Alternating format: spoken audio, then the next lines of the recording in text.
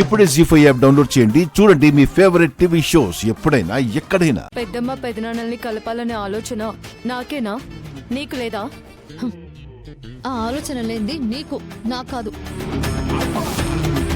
వాళ్ళకి అడ్డుగా నువ్వు ఉండబట్టే కదా వాళ్ళని కలపడం నాకు కష్టం అవుతుంది. నువ్వు తప్పుకుని అమెరికా వెళ్ళిపో, వెంటనే కలిపేస్తాను నేను వాళ్ళని.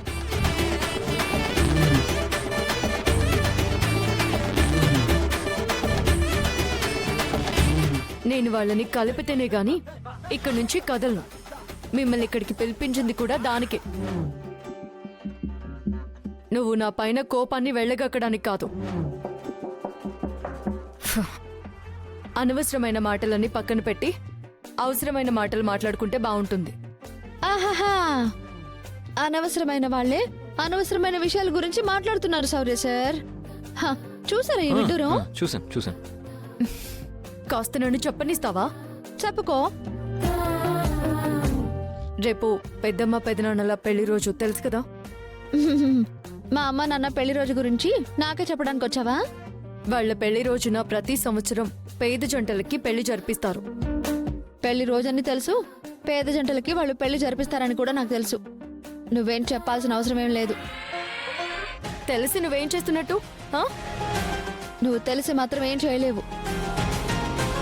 నేను చెప్పేది విను. ఛీ, నువ్వు చెప్పింది నేను ఎందుకు వింటాను?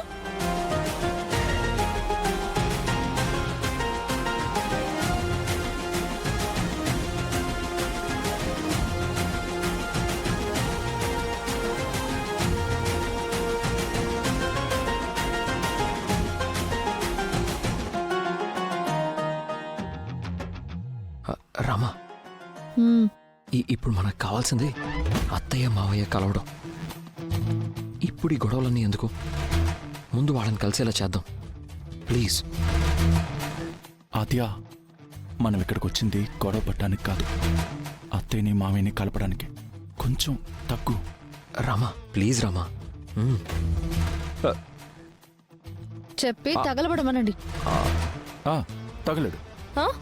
అదే అలా అంటుంది.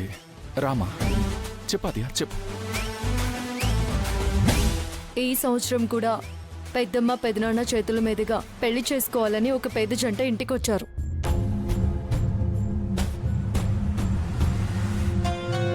ఈ అబ్బాయి అమ్మాయి ఇద్దరూ పెళ్లి చేసుకోవాలనుకుంటున్నారమ్మా.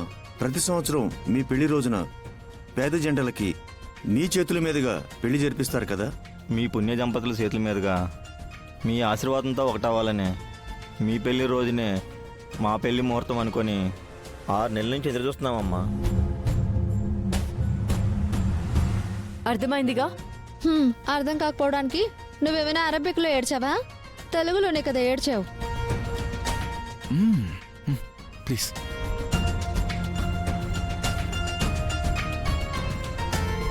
సరే, గుడికి నేను శ్రీను పెద్దమ్మని తీసుకుని వస్తాం. నేను శౌర్య సార్ మా నాన్నని తీసుకొస్తాం.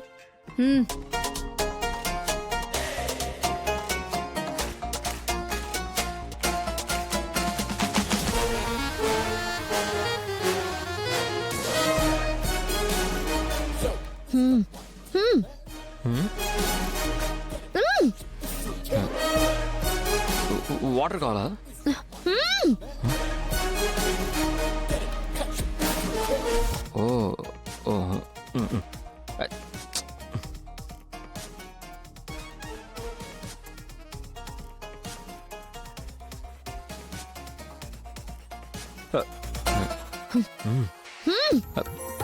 మళ్ళీ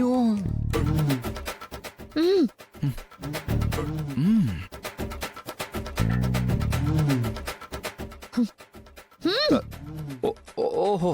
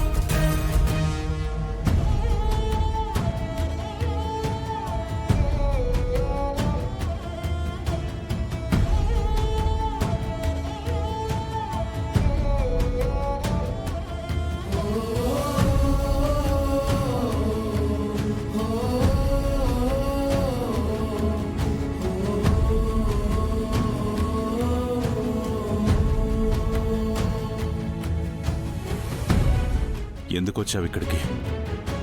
మీకు భోజనం తీసుకొచ్చానండి. ఎవరు అడిగారు నిన్ను?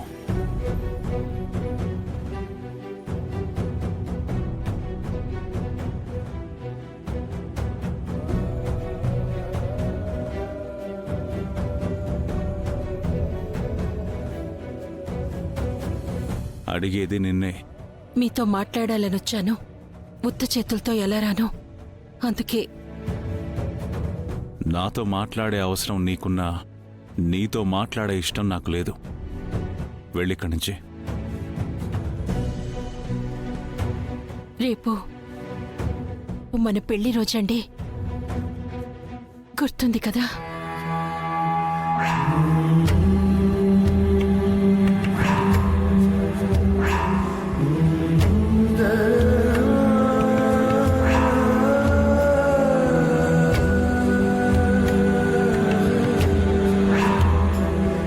నాకు గుర్తుంది, ఎందుకంటే నా మనసు ముక్కలైన రోజు కూడా అదే కదా.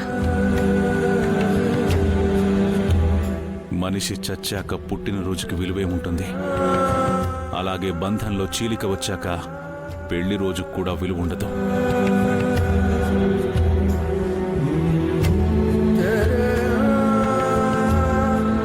ఆ రోజుని గుర్తుపెట్టుకోవాల్సిన అవసరం ఇప్పుడు నాకు లేదు. అలా అనకండి. మన బంధంలో చీలిక రాలేదు, చిన్న అపార్థం వచ్చిందంతే.